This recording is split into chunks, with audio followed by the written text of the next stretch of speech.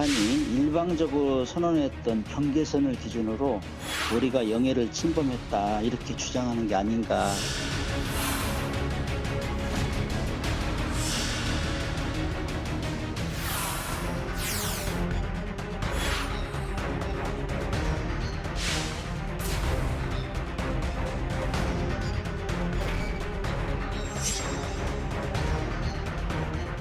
추석과 한글날 연휴 기간 동안 우리가 얼마나 방역 관리를 잘 하느냐에 따라 이번 가을과 겨울 코로나19의 유행 양상이 달라진다는 점을 재차 강조드립니다.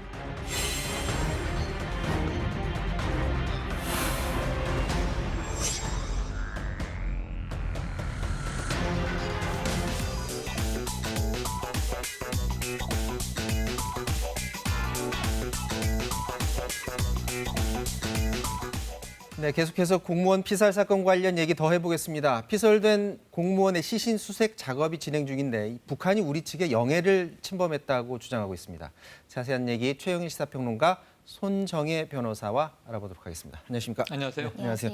좀 북한이 영해를 침범했다. 네. 그러니까 북한의 영해를 침범했다 이렇게 주장을 한다는 건 결국 우리나라의 네. 그 NLL 북방한계선 이거 인정 안 하겠다는 얘기인 거죠. 맞습니다. 뭐 혹시라도 수색을 하다가 우리 쪽의 함정이 북측으로 넘어갔나 싶었어요. 네. 그런데 이제 어제 조선중앙통신이 보도를 내고 남조선 당국에 경고한다. 네. 그러니까 북측 지역을 영해를 침범했다라는 주장을 낸 건데 네. 우리 군은 바로 반박을 했습니다. 지금 NLL 이남 지역을 8개 구역으로 나눠서 네. 함정 한 40여 척과 항공기 6대가 투입돼서 지금 수색을 벌이고 있거든요. 네. 근데 북쪽 지역을 간 적이 없다는 거죠. 네. 그러니까 지금 어떤 문제가 생긴 거냐면 우리가 설정하고 있는 NLL과 북방 한계선과 다른 북측이 이 규정을 한 99년에 처음 이게 등장했고요. 네. 2008년 이제 남북 군사 합의에서도 주장이 나왔는데 네. 결국은 이게 조선 서해 군사 분계선 북한의 주장입니다. 네. 우리 NLL보다 남쪽으로 내려와 있거든요. 네. 그러니까 여기를 침범했다라는 주장이 나와서 지금 또다시 경계선 분쟁이 나올 조짐이 보이고 있는 대목입니다. 좀 더 구체적으로 설명을 해야 될 것 같아요. 그러니까 네. 우리나라가 가지고 있는 NLL 북방한계선 그리고 북한이 주장하고 있는 군사분계선 네. 이 차이점을 좀 자세히 설명을 차이점을 해줘야 될 것 같아요. 말씀드리면 53년 종전이 되고 네. 지금 NLL로 우리가 지키고 있는 분계선은 네, 지금 그래픽이 나가고 예, 있습니다. 이거는 미군 클라크 장군이 설정을 한 겁니다. 네. 북방 한계선이라는 말 자체가 북쪽으로 올라가지 마라.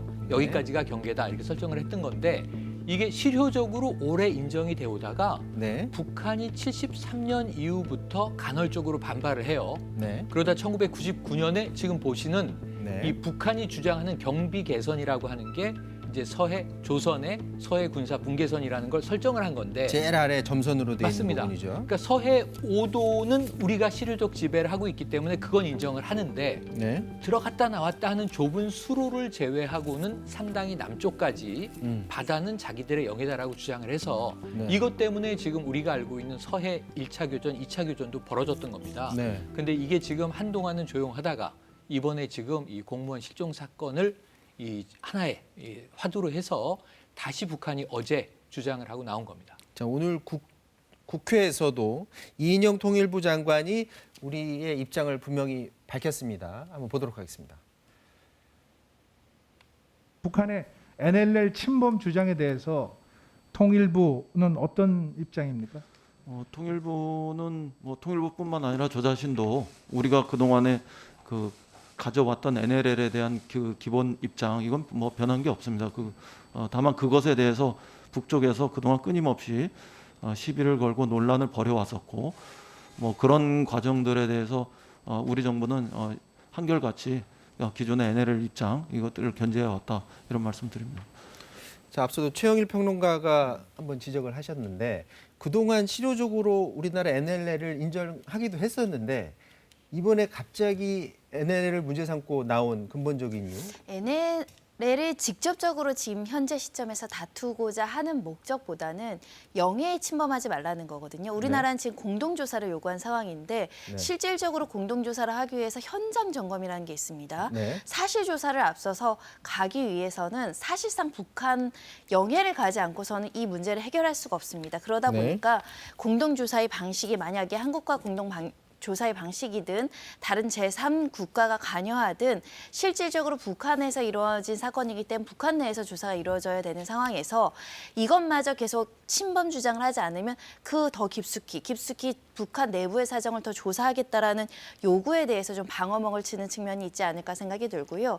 실질적으로 NNL 같은 경우는 남북기본합의나 이런 것들을 통해서 명시적으로 반대하지 않고 인정하는 취지로 그리고 실효적으로 그것을 존중하는 취지의 입장들은 있었지만 명시적이진 않았기 때문에 이것을 번복한다고 하더라도 현재로서는 이상하지 않은 상황이어서 방어방을 치고 있다 이런 생각이 듭니다.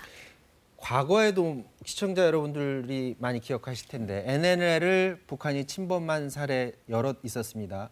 영상 보도록 하겠습니다.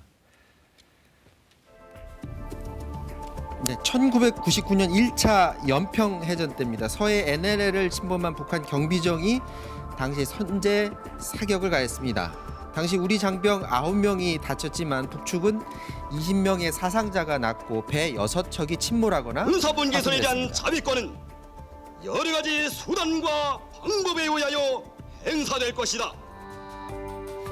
3년 후인 2002년에도 북한은 경비정을 NLL 아래로 내려보내서 우리 함정을 기습 공격하기도 했었습니다. 일정만 맞으면 바로 쏜다는 생각을 가지고 있었기 때문에 바로 초탄 날아온과 동시에 바로 대응 사격을 나갔습니다. 네, 이후에도 북한은 자신들의 영해 분계선을 근거로 2009년 11월 대청해전, 2010년 연평도 포격 사건 등을 이어갔습니다. 12월 23일 생생하지. 다 뭐 죽을 사상이지 뭐. 연평도가 육지 방파맥이야. 인지도 콩소리만 나면 놀래요. 물론 지금 상황은 이전 상황과 다릅니다. 네, 이제 네. 충돌할 가능성은 굉장히 낮아 보이는데 네. 현재 그 피살 사건 이후에 이제 시신을 빨리 찾아야 되는데 맞습니다. 시신 찾는 것도 그렇고 또 원인도 우리 국민들이 헷갈려하고 도대체 뭐가 진실인지 그렇죠. 이제 공동조사 요구를 했는데 북한이 응할까요? 그건 조금 지켜볼 필요가 있는데 네. 어제 제목은 남조선 당국에 경고한다. 그리고 영해 침범 문제를 제기했지만 그다음에 어제 나오는 그 내용도 있어요. 네. 이제 북측은 북측대로 지금 시신이 북측에 흘러올 경우에 네. 수습하기 위한 준비를 하고 있고 수색을 하고 있고 네. 그리고 관례와 절차에 따라서 남측에 이걸 인도하기 위한 계획을 다 세워놨다.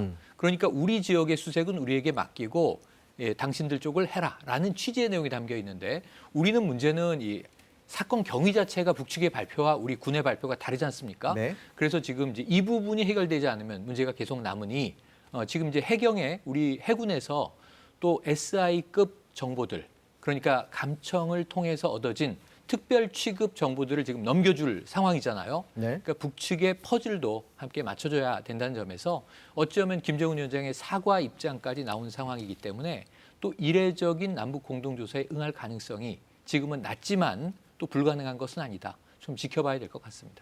북한이 답변을 해오기만을 기다리는 수밖에 네. 없는 그런 상황인 것 같고요.